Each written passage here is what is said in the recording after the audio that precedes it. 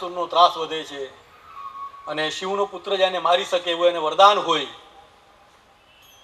પોતાનો સતીનો ત્યાગ થયો હોય ત્યારથી ભગવાન શિવ સમાધિમાં બેઠા હોય અને પછી ભગવાન શિવ જાગે તો એને મનાવીએ લગ્ન માટે, આવી એક કથા મળી આવે છે. બધા દેવતાઓ કામદેવને પ્રાર્થના કરે કે તમે શિવને જગાડો, ભગવાન શિવ જાગે તેને લગ્ન માટે તૈયાર કરીએ. પછી કામદેવ કહે છે આમાં મારું હિત તો નથી, પણ જગત કલ્યાણનું કામ છે એટલે કર્યા વગર છૂટકો નથી. અને કામદેવ પોતાનું તીર છોડે, શિવજીની સમાધિનો ભંગ કરે છે. શિવજી જાગે છે પણ સમાધિમાંથી ભંગ કર્યા એટલે આવેશ વેશમાં જાગે છે. સામે કામદેવને જોયા, ત્રીજું નેત્ર ખોલ્યું, બાળી અને ભસ્મ કરે છે.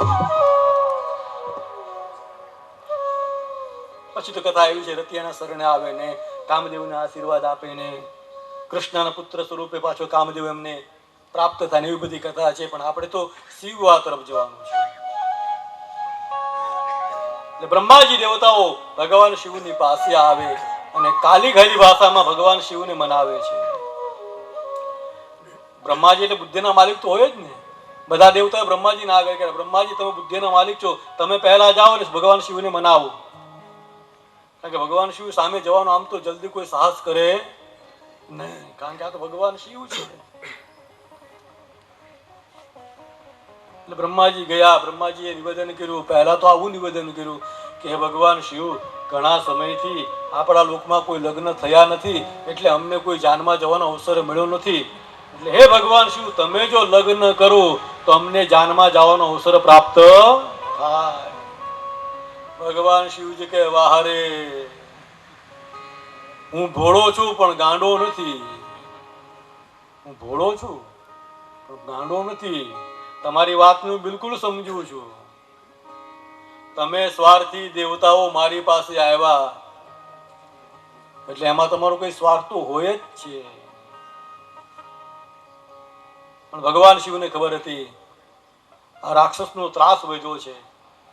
એને વરદાન એવું પ્રાપ્ત કર્યું છે કે જો હું લગ્ન કરું ને મારો પુત્ર થાય તો જ એમને મારી શકે, આવું વરદાન એમને પ્રાપ્ત કર્યું.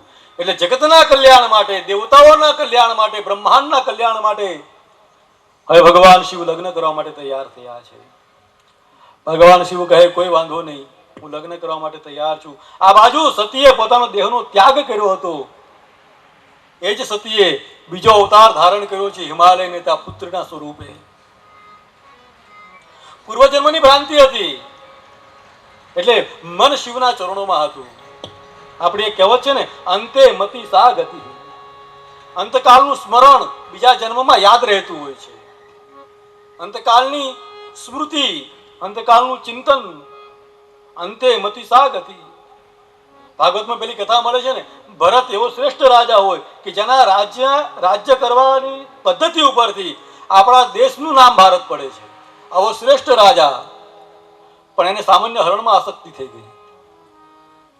અંતકાળે હરણનું ચિંતન કરતા કરતા મર્યો, પરિણામે બીજા જન્મમાં હરણ બને છે. જેવી આસક્તિ અંતકાળે રહે છે, પુનર્જન્મ એવો પ્રાપ્ત થાય છે. પણ આ તો ભગવતી હતી, એને તો ભગવાન શિવમાં અરુણાર હતો. જન્મ જન્મ શિવ પદ પાહુ, મને જન્મ જન્મ સુધી શિવનું ચરણ પ્રાપ્ત થાય. આ ભાવથી જેનું મૃત્યુ થયું હતું, આ ભાવથી જેને દેહ ત્યાગ કર્યો હતો. એટલે બીજા જન્મમાં હિમાલયને ત્યાં પુત્ર સ્વરૂપે પાર્વતીના રૂપમાં જન્મ ધારણ કરે છે. પણ સ્મૃતિમાં તો એ જ છે ભગવાન શિવ. તપ કરે છે, કઠિન સાધના કરે છે. ભગવાન શિવને વરદાન સ્વરૂપે પ્રાપ્ત કરવાનું વરદાન પ્રાપ્ત કરે છે. આવે છે, સપ્ત ઋષિ આવે. કથા તો બહુ વિશાળ છે પણ આપણે સંક્ષિપ્તમાં લઈ જઈએ. અંતે ભગવાન શિવના લગ્ન નક્કી થાય છે. આ બાજુ લગ્નની તડામાર તૈયારીઓ ચાલે છે. હવે હિમાલય છે તો રાજા છે, એને તૈયારી કરવામાં શું વાર લાગે? પણ ભગવાન શિવને પણ તૈયારી કરવી પડે ને. લગ્ન માટે તૈયારીઓ તો હોય ને. બીજું કઈ નહીં, પણ જેના લગ્ન થાય એને તો તૈયાર કરવો પડે કે નહીં? ને આ તો સ્મશાનમાં રહેવાવાળા માણસ છે. બધા દેવતાઓએ લગ્ન માટે તૈયાર કર્યા, પણ જયારે લગ્નનો સમય આવ્યો એટલે બધા દેવતાઓ પોતાની પત્ની સાથે પોતાના ભવનમાં જતા રહ્યા તૈયાર થવા માટે. બધા તૈયાર થાય, પણ અહીંયા જેના લગ્ન છે એમના ઊભો છે. ભગવાન શિવ દુલ્હે રાજા છે, પણ હવે દુલ્હે રાજાને કોણ શણગારે? એકલા ઉભા હતા એટલે ભગવાન શિવે અવાજ કર્યો, ડમરું વગાડ્યું. એટલે દરેક અલગ અલગ સ્મશાનમાંથી અલગ અલગ ભૂત પ્રેતો બધા ત્યાંથી ભાગી ભાગી અને ભગવાન શિવની પાસે આવ્યા. ભગવાન શિવને કહે, માલિક હુકમ. બોલે, હુકમ એ છે કે મારા લગ્ન થવાના છે. હવે શિવજીના લગ્ન થવાના જેવા સમાચાર મળ્યા એટલે ભૂત પ્રેતો બધા નાચવા લાગ્યા, આનંદમાં આવી ગયા, ભાવ વિભોર બની ગયા. ભગવાન શિવ કહે, ભાવ વિભોર તો બની ગયા, પણ મને તૈયાર કરવાનો છે, હું વરાજો છું.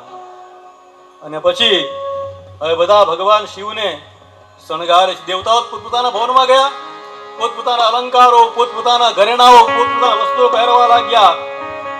કોઈ શિવને શણગારવા જતું નથી, પણ હવે શિવના ગણો ભગવાન શિવને શણગારે છે. કેવા શણગારે છે?